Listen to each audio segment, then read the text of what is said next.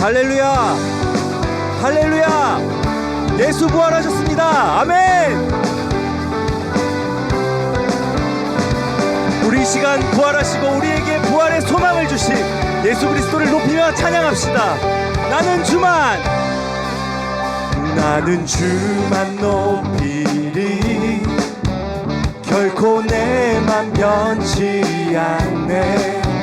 세상 모든 권세 모든 영광 십자가 앞에 다 버리고 나의 충성과 내 헌신 내 모든 소망 오직 예수. 나무에 달려 죽으신 그분께. 아멘. 오직 우리 주께, 오직 우리 주께 내 믿음 소망 찬양 받기 합당한 분 또 오직만 왕의 왕께 엎드려 경배하며 모두 오직 우리 주께, 오직 우리 주께 내 믿음 소망 찬양 받기 합당한 분 또 오직만 왕의 왕께 엎드려 경배하며 모두 나를 지으시고 아버지 되시며 나를 구원하사 아들의 상 주시 오직 우리 주님께 나 찬양하리. 다시 한번 고백할까요? 나는 주만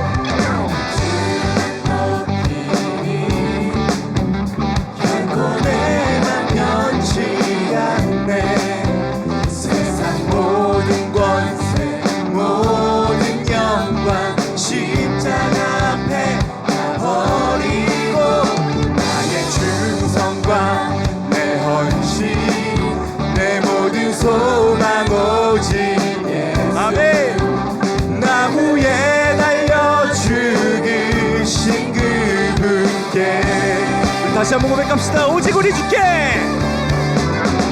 오직 우리 주께 내 믿음 소망 찬양 받기 합당한 분 또 오직만 왕의 왕께 엎드려 경배하며 모든 오직 우리 주께, 오직 우리 주께 내 믿음 소망 찬양 받기 합당한 분 또 오직만 왕의 왕께 엎드려 경배하며 고백합시다. 나를 지으시고 아버지 되시며 나를 구원하사 아들의 상 오직 우리 주님께 나 찬양하리.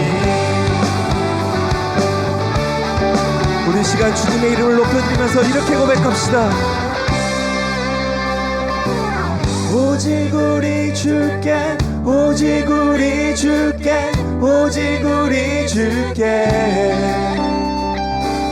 오직 우리 주께, 오직 우리 주께, 오직 우리 주께 내 찬양 주께, 오직 우리 주께, 오직 우리 주께, 오직 우리 주께, 오직 우리 주께, 오직 우리 주께, 오직 우리 주. 우리 한번 고백합시다. 오직 우리 주께, 오직 우리 주께, 오직 우리 주께, 오직 우리 주께 찬양 주께, 우리 주께, 오직 우리 주께, 오직 우리 주께 나를 지으시고 아버지 되시며 나를 구원하사 하늘의 상 주신 오직 우리 주님께 나 찬양하리.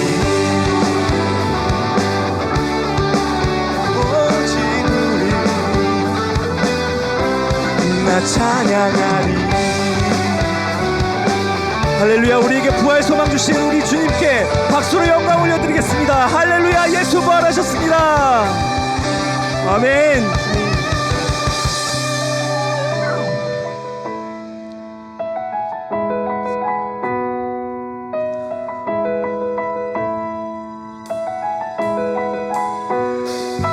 우리 주님이 우리를 위해서 십자가에서 부활하셨습니다. 이제 우리가 그 주님의 십자가를 기억하며 함께 찬양하며 고백하겠습니다.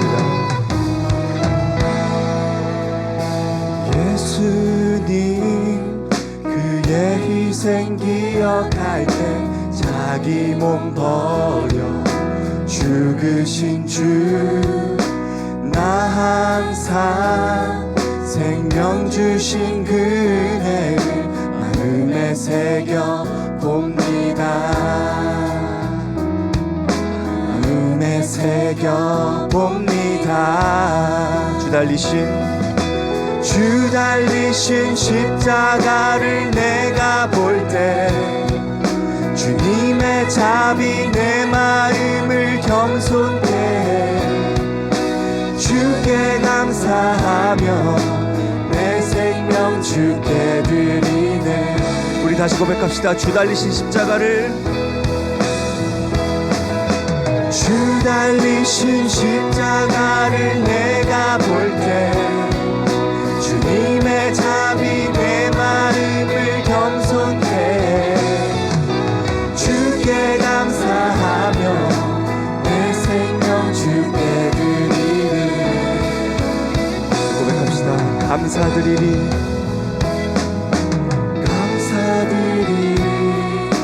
주의 십자가 나의 친구 되신 주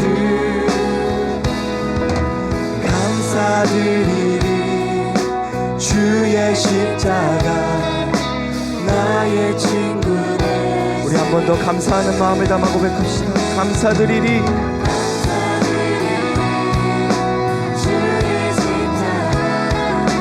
나의 친구 되신 주 감사드리리. 주의 십자가 나의 친구. 우리 전심으로 다시 한번 고백합시다. 이제는 저 높은 곳에 앉으신 하늘과 땅의 왕 되신 주 나 이제 놀라운 구원의 은혜 높여 찬양하리라. 아멘. 높여 찬양하리라. 주 달리신 십자가를 내가 볼 때 주님의 자비 내 마음을 겸손케 해 주께 감사하며 내 생명 주께. 우리 계속해서 고백합시다. 주님께 영광.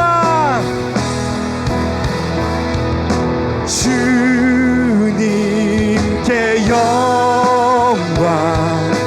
다시 사신 주 사망 권세 모두 이기시. 우리 한 번 더 전심을 담아 고백합시다. 주님께 영광. 주님께 영광. 다시 사신 주 사망 권세 모두 이기시. 고백합시다. 주 달리신 십자가를 내가 볼 때 주님의 자비 내 마음을 겸손케 해 주께 감사하며 내 생명 주께 드리네. 아멘. 우리 한 번 더 고백합시다. 주 달리신 십자가를 주 달리신 십자가를 내가 볼 때 주님의 자비 내 마음을 겸손케 해 주께 감사하며 내 생명 주께 드리네. 우리 한 번 더 전심을 다해서 고백합시다. 주 달리신 십자가를, 주 달리신 십자가를 내가 볼 때 주님의 자비 내 마음을 겸손해 주께 감사하며 내 생명 주께 드리네. 우리 목소리로 고백할까요? 주 달리신 십자가를 내가 볼 때 주님의 자비 내 마음을 겸손해 주께 감사하며 내 생명 주께 드리네. 우리 이 시간 이렇게 기도하며 나아갔으면 좋겠습니다. 주님, 오늘 하루 그리고 우리의 삶에서 부활의 기쁨을 누리며 예배하며 살게 하여 주옵소서. 우리의 유일하신 소망이신 그리스도를 바라보며 그 소망 바라보며 살아가게 하옵소서. 우리 놓고 기도하며 나아가도록 하겠습니다. 기도합니다. 하나님 감사합니다. 우리에게 부활의 기쁨을 주시고 우리에게 기쁨의 소망을 주신 그리스도를 찬양하며 나아갑니다.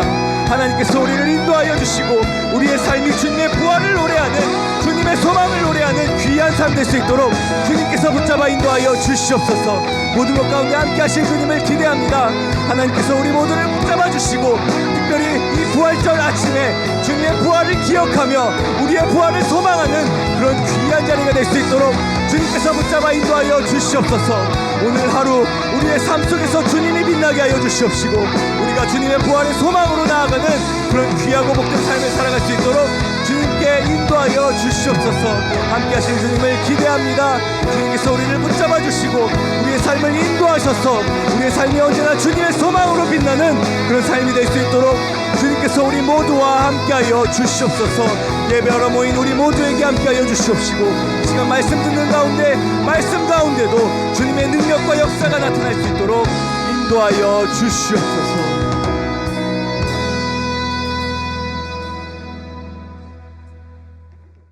독생자를 이 땅에 보내주신 하나님, 거룩한 부활의 아침에도 예배하게 하시니 감사합니다.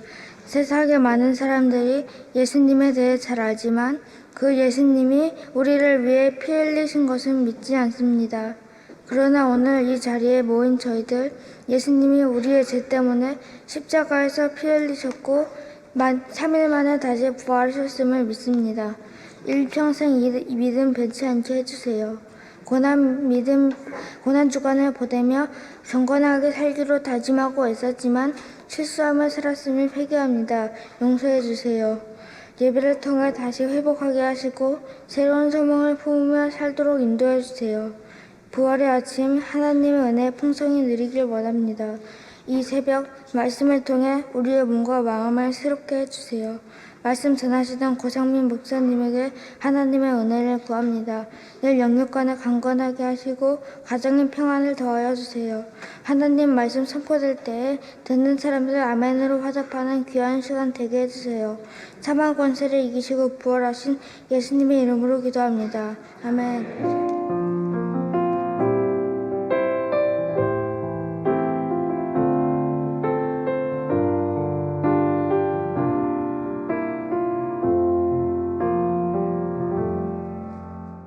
오늘의 말씀은 마태복음 22장 23절에서 33절입니다.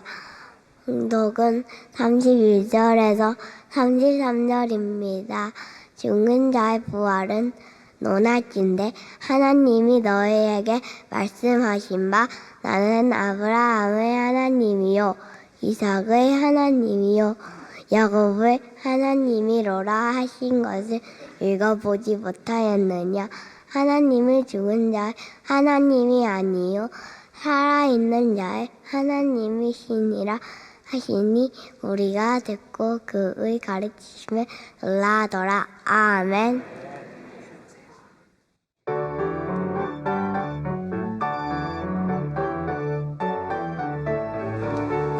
할렐루야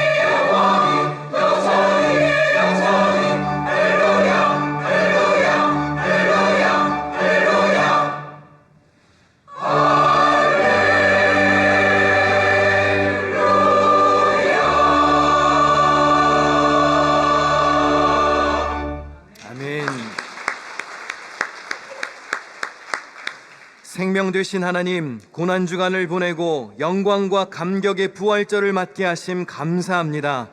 생사화복의 주관자가 되시는 주님, 모든 찬양과 경배를 받으시고 예배하는 우리에게 부활 소망을 갖게 하여 주시옵소서.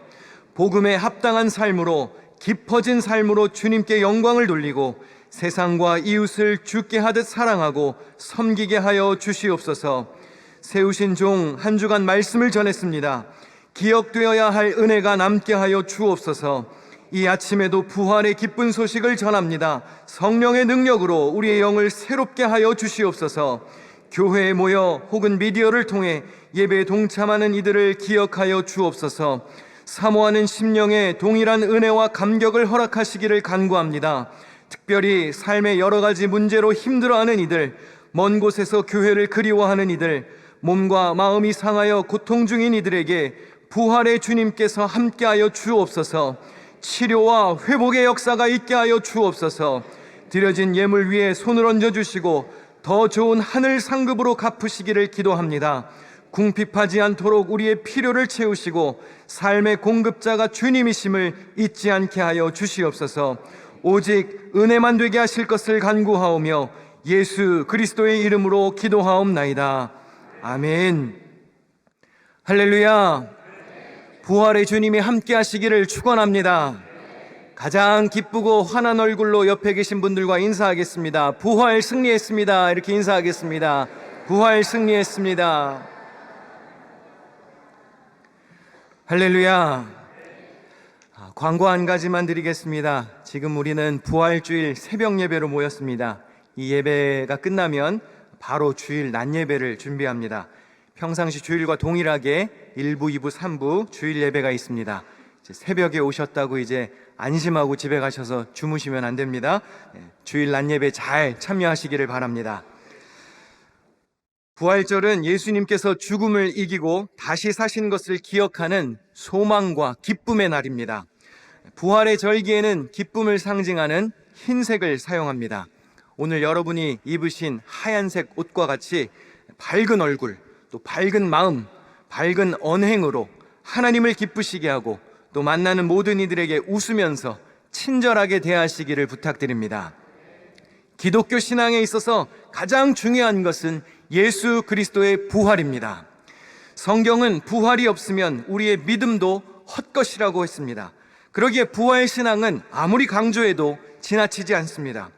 부활의 소망을 품고 영원한 하늘나라를 사모하시기를 축원합니다. 예수님 당시 유대인을 대표하는 두 그룹은 바리새파 사람과 사두개파 사람이었습니다. 바리새인들은 평신도 지도자들입니다. 낮에는 자기 직업에 충실하다가 저녁이면 말씀을 연구하고 교육했습니다. 가장 크고 영향력 있는 분파였습니다. 쉽게 말해 신약 시대의 네이버와 구글 같은 이들입니다. 그들의 검색창입니다. 사람들은 율법을 포함한 삶의 전반적 조언을 바리새인들에게 얻었습니다. 이들은 전통을 고수했고 대중으로부터 인정받는 평신도 리더였습니다. 반면 사두개인들은 예루살렘 제사장 귀족들입니다. 이들은 지배 세력과 결탁하여 권력을 쥐었습니다. 사두개인들은 성전 제사로 풍요로운 생활을 누리는 보수적 성향의 사람들이었습니다. 바리새파 사람 또 사두개파 사람 외에도 폭력 혁명을 꾀하던 열심당이 있었고 현실을 등지고 광야에서 수도원 생활을 했던 에스네파 사람들도 있었습니다. 하지만 이들은 바리새인과 사두개인에 비해서 그 규모가 굉장히 작았습니다. 오늘 본문은 사두개파 사람들을 이렇게 소개합니다. 부활이 없다 하는 사두개인들이 그날 예수께 와서 물어 이르되. 사두개인들은 부활을 믿지 않았습니다. 말씀을 자기 마음대로 훼손했기 때문에 예수님께 질책도 많이 당했지요. 이들은 오직 모세 오경만을 인정했습니다. 종교 귀족인 이들은 제사를 강조하기 좋아했습니다. 그래야 자신들에게도 이득이 생기니 말이죠. 근데 제사에 관한 이야기가 어디에 많이 나오겠습니까? 모세 오경에 많이 나옵니다. 그래서 모세 오경만 받아들였습니다. 그들에게 다른 성경은 더 이상 필요하지 않았습니다. 바리새인들은 율법에 전통과 관습을 자꾸 추가했고 사두개인들은 제사 규정 외에는 다 잘라냈습니다. 여러분 잘 기억해야 할 것이 있습니다. 신앙생활하며 우리가 자꾸만 불필요한 불순물을 첨가하는 것도 문제고, 중요한 가르침을 내 마음대로 삭제하는 것도 문제입니다. 이들의 신학 교리가 잘 나타난 사건이 있습니다. 사도행전 23장에 보면 바울이 그중 일부는 사두개인이요 다른 일부는 바리새인인 줄 알고 공회에서 외쳐 이르되, 여러분 형제들아, 나는 바리새인이요 또 바리새인의 아들이라. 죽은 자의 소망 곧 부활로 말미암아 내가 신문을 받노라. 그 말을 한즉 바리새인과 사두개인 사이에 다툼이 생겨 무리가 나뉘어지니, 이는 사두개인은 부활도 없고 천사도 없고 영도 없다 하고 바리새인은 다 있다 함이라. 이 구절은 사도 바울이 3차 전도 여행을 마치고 예루살렘에 왔을 때의 일입니다.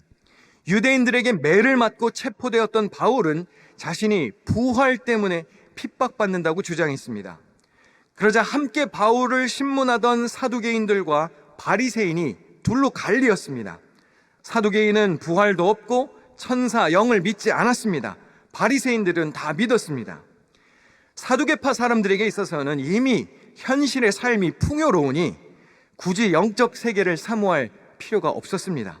그래서 바리새파 사람들과는 앙숙이었고 그들과 이렇게 충돌했습니다.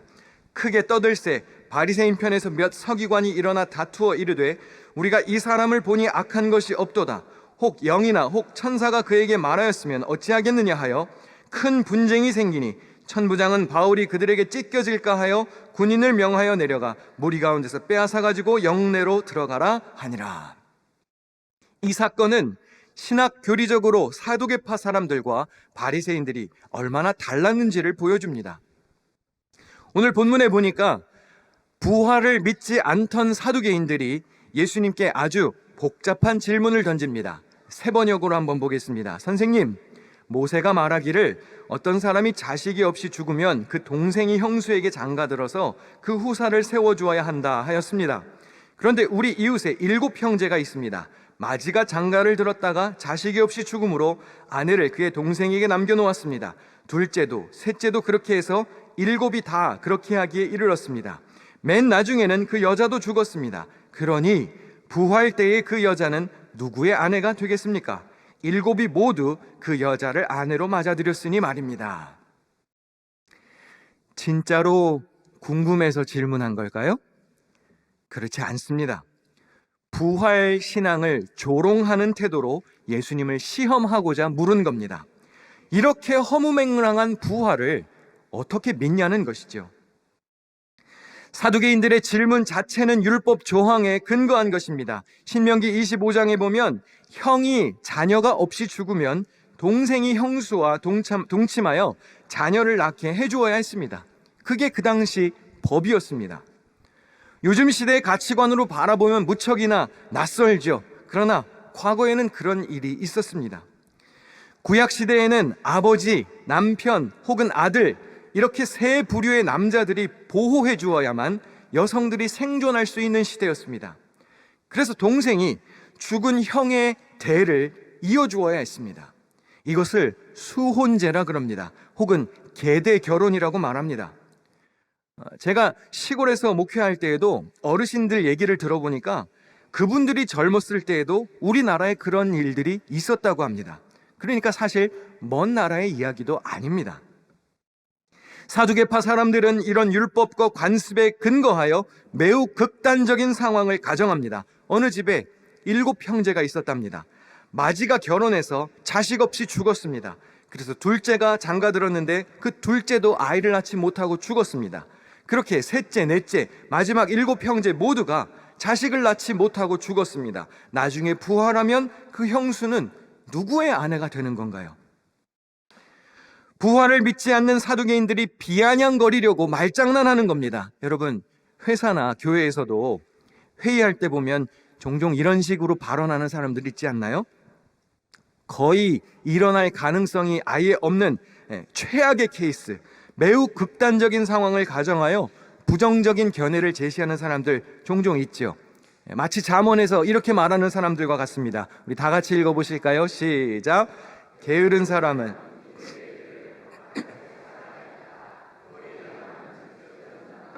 예. 여러분, 길 걷다가 사자를 만날 확률이 있을까요? 아니, 뭐 없지는 않겠죠. 그렇죠? 뭐 있겠죠. 뭐 사자가 동물원에서 탈출할 수도 있으니까요. 여러분, 얼마 전에 동물원에서 얼룩말이 탈출해서 서울 거리를 활보했던 뉴스를 보셨죠? 그게 얼룩말이었으니 망정이지, 사자나 호랑이 같은 맹수가 탈출했으면 어쩔 뻔했나요?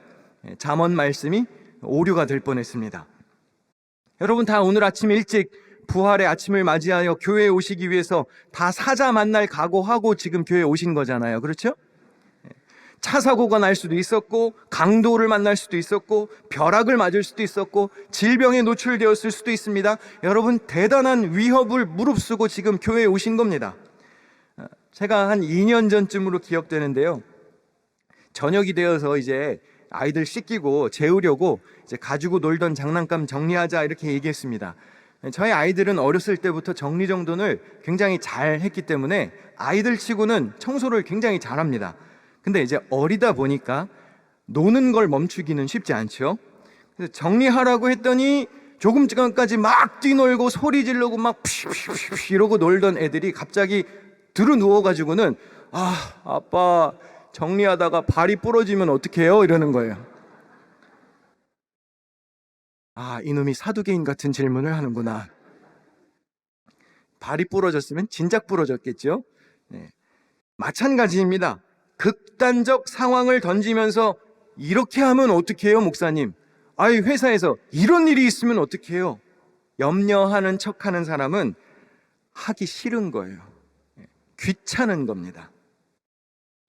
사두개인들도 도저히 일어날 수 없는 극단적 상황을 설정하여 예수님께 질문한 겁니다. 7 형제가 다 똑같은 아내를 맞았는데 부활하면 그게 누구의 아내가 되는 겁니까? 바보 같은 질문이기는 하지만 사실 뾰족한 답도 없죠. 여러분은 답이 있으십니까? 한번 질문해 볼게요. 누구의 아내가 되는 건가요? 첫째? 둘째?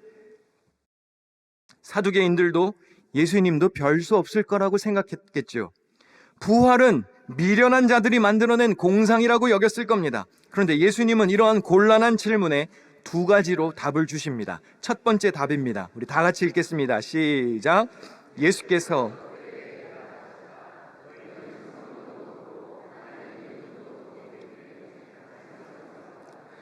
부활 때에는 사람들은 장가도 가지 않고 시집도 가지 않고 하늘에 있는 천사들과 같다. 예수님은 사두개파 사람들이 성경을 제대로 모르고 하나님의 능력도 모른다고 꼬집습니다. 부활에 대한 오해부터 사로잡습니다. 부활하면 과거의 육신으로 돌아오는 게 아니고 천사와 같은 차원이 다른 존재로 거듭난다고 가르치십니다. 부활은 완전히 새로운 창조 사건입니다. 고린도전서에 보면 사도 바울도 우리가 신령한 몸으로 변화된다고 그랬습니다. 부활하면 성적인 존재에서도 초월하게 되고 결혼하여 이루는 가정도 초월하게 됩니다. 가끔 교인들에게 이런 질문을 받습니다. 목사님, 천국에 가면 시집도 가지 않고 장가도 들지 않는다고 그랬는데 그럼 지금 내 결혼한 배우자랑 이별해서 살아야 되나요? 이혼 도장을 찍고 천국에 가야 되는 겁니까? 저희가 굉장히 궁금해요. 왜 물어볼까? 여기 결혼한 부부에게 한번 묻겠습니다. 나중에 여러분이 천국에 가셔서 지금의 배우자와 같이 사실 수 있으면 영원히 같이 살고 싶으시죠?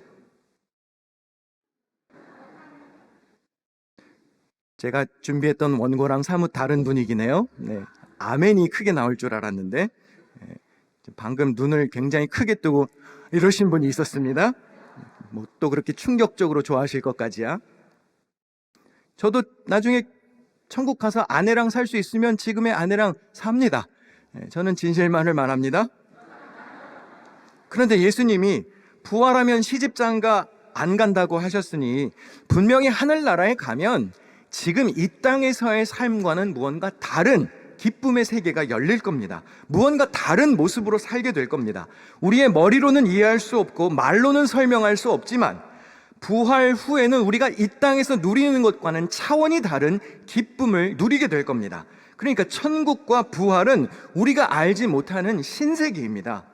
무리해서 해석하거나 근거 없는 추측이 난무하면 안 됩니다. 가끔 교인들이 무슨 간증 집회나 이렇게 천국에 대한 간증한 영상들을 보고 천국이 그렇다면서요 그러시는데, 특정 사람의 간증이나 주관적 경험담에만 몰두하면 성경 말씀에도 없는 정보를 믿으시면 굉장히 위험합니다. 그러니까 성경이 가는 데까지만 가시고 성경에 나와 있지 않은 것은 무리해서 추측하면 안 됩니다. 중요한 것은 성경이 분명히 부활을 증언한다는 것입니다. 그리고 그 부활이 기독교 신앙의 핵심이라는 것입니다. 부활의 소망으로 사시기를 축원합니다. 두 번째, 예수님이 사두기인들의 질문에 지적하신 것은 그들의 성경 해석입니다. 그들은 모세 오경만 인정했습니다. 그러니 성경 해석도 엉성할 수밖에 없죠. 예수님은 모세 오경 안에도 부활에 대한 암시가 있음을 가르치셨습니다. 죽은 사람들의 부활을 두고 말하면서 너희는 아직도 하나님께서 너희에게 하신 말씀을 읽어보지 못하였느냐? 하나님께서는 나는 아브라함의 하나님이요 이삭의 하나님이요 야곱의 하나님이다 하고 말씀하셨다. 하나님은 죽은 사람의 하나님이 아니라 살아있는 사람의 하나님이시다. 예수님은 출애굽기 3장 6절의 말씀을 인용하십니다. 하나님은 모세에게 이렇게 말씀하셨지요. 내가 아브라함의 하나님이다. 내가 아브라함의 하나님이었다라고 말씀하시지 않았습니다. 내가 이삭의 하나님이었고 야곱의 하나님이었다 이렇게 말씀하시지 않았습니다. 모세 시대는 아브라함과 이삭과 야곱이 죽은 지 이미 수백 년이 지난 때입니다. 그런데 그들이 지금도 하나님 앞에서 살아있기에 과거형이 아니라 현재형으로 말씀하셨습니다. 아브라함, 야곱, 이삭의 하나님이다 라고 말씀하셨습니다. 이 구절의 헬라어 문법을 보면 죽은 자의 하나님이실 수는 없어요. 그 문법적 오류입니다. 예수님이 그렇게 말씀을 해석해 주신 거죠. 오랜 시간이 지났지만 여전히 그 족장들의 하나님으로 자기 자신을 계시하신 거예요. 그들의 육신은 죽었을지 모르지만 여전히 살아있음을 암시하는 말씀입니다. 예수님은 이 교훈의 결론을 지으십니다. 하나님은 죽은 자의 하나님이 아니라 살아있는 자의 하나님이시라고 말씀합니다. 자, 따라서 해보겠습니다. 살아있는 자의 하나님. 다시 한번 살아있는 자의 하나님. 하나님은 살아계시고 살아있는 자의 하나님이십니다. 할렐루야. 여러분은 부활과 천국을 분명히 믿으십니까? 혹시 죽어 계신 하나님을 믿는 건 아니신가요? 죽은 자의 하나님을 따르고 계지는 않습니까? 사두개인들처럼 이 땅에서 누리는 즐거움이 전부라고 생각하며 살지는 않습니까? 지금 경험하는 물질적 세상이 전부라고 여기지는 않나요? 매주 교회에 와서 예배도 드리고 사두개인들처럼 부활과 영생 천국을 공상이라고 생각하며 살지는 않습니까? 여러분, 이 땅에서 경험하는 행복이 전부가 아닙니다. 예수 그리스도를 통해 구원을 얻은 하나님의 자녀는 영원한 하늘나라의 기쁨이 있음을 믿어야 합니다. 우리에게 주어진 시간이 끝나면 모든 것을 내려놓고 하나님 앞에 가야 합니다. 부활하여 영원히 살게 될 하늘의 집이 있음을 믿으시기를 바랍니다. 그렇기 때문에 오늘 우리가 이 새벽에 나와서 예배하는 것이고 이 새벽에 나와서 찬양하는 겁니다. 부활의 기쁨을 누리는 것이고 찬양하고 축하하는 것입니다. 말씀도 읽으시고 선행도 하시고 좋은 일 하면서 죽게 하듯 사시기를 축원합니다. 오늘 어린아이가 나와서 성경 봉독을 했습니다. 암송했대요. 암송했대요. 암송도 하는데 묵상이라도 해야 하지 않겠습니까? 이 안에 부활의 소망이 담겨 있는데 이 말씀을 가까이 하며 살아야 하지 않겠습니까? 영원한 하늘나라가 있지만 이 땅에 사는 동안은 하늘나라를 꿈꾸며 이 땅에서의 삶도 최선을 다하며 죽게 하듯 사시기를 축원합니다. 찬송가 235장에 보면은 이런 찬양이 있는데요. 보아라 즐거운 우리 집 2절 가사를 우리 다 같이 읽어보겠습니다. 시작.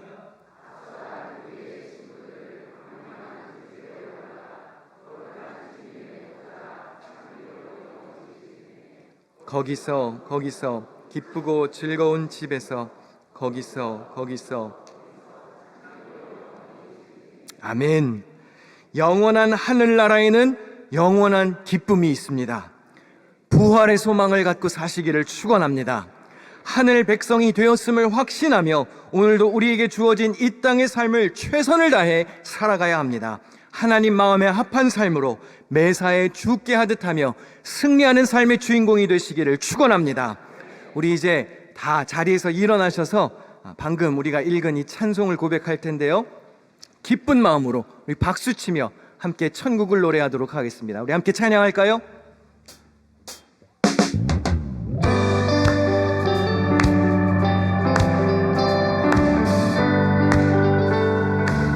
보아라 보아라 즐거운 우리 집, 밝고도 거룩한 천국에 거룩한 백성들 거기서 영원히 영광에. 다시 한번 보아라 보아라 즐거운 우리 집, 밝고도 거룩한 천국에 거룩한 백성들 거기서 영원히 영광에 살겠네. 거기서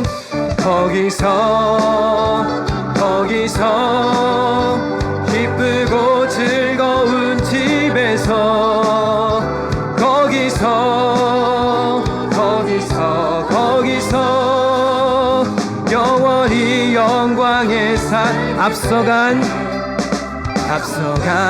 우리의 친구들 광명한 그 집에 올라가 거룩한 주님의 보좌 찬미로 영원히 거기서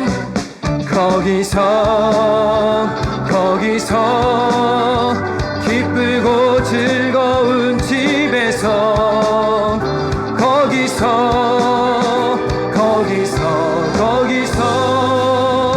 영원히 영광의 우리를 구하신 주님도 거룩한 그 집에 계시니 우리도 이 세상 떠날 때 주님과 영원 4절입니다. 우리의 일생이 끝나면 영원히 즐거운 곳에서 거룩한 아버지 모시고 기쁘고 즐겁게 아멘. 거기서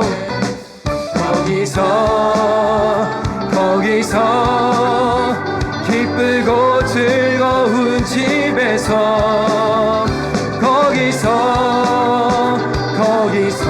거기서 영원. 우리 4절 다시 한번 찬양하겠습니다. 우리의 일생이 끝나면 영원히 즐거운 곳에서 거룩한 아버지 모시고 기쁘고 즐겁게 거기서 할렐루야 거기서 기쁘고 즐거운 집에서 거기서 영원히. 우리 마지막으로 한 번 더 찬양합니다. 거기서 아멘. 거기서 기쁘고 즐거운 집에서 거기서 영원히 영광에 살겠네. 우리 부활의 주님께 영광의 박수 올려드립니다. 이렇게 기도합니다. 이제는 부활하신 예수 그리스도의 은혜와 독생자를 주신 하나님 아버지의 크신 사랑과 살아있는 자의 하나님을 믿으며 살라고 가르치시고 생각나게 하시는 성령님의 교제가 부활주일 새벽 예배에 동참한 성도들과 저들의 가정과 일터와 삶의 현장에 함께 계시기를 간절히 축원하옵나이다. 아멘. 주님께 하여 주시옵소서.